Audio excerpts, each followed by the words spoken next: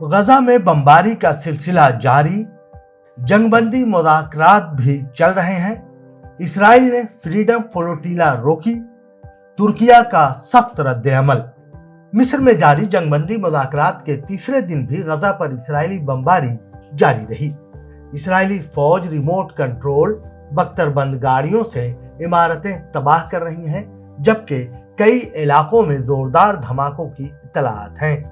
اسی دوران اسرائیلی بحریہ نے 8 اکتوبر کو غزہ کے لیے امداد لے جانے والے فریڈم فلوٹیلا کی 9 کشتیوں کو 140 بحری میل کے فاصلے پر روک لیا۔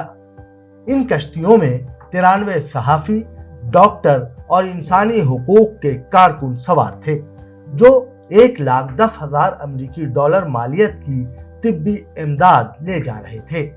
ترکیہ نے اس اقدام کو بحری قذاقی قرار دیتے ہوئے عالمی برادری سے کارروائی کا مطالبہ کیا ہے، جبکہ اسلامک جہاد نے کہا کہ یہ بین الاقوامی قانون کی کھلی خلاف ورزی ہے۔ Bureau report, Deccan media.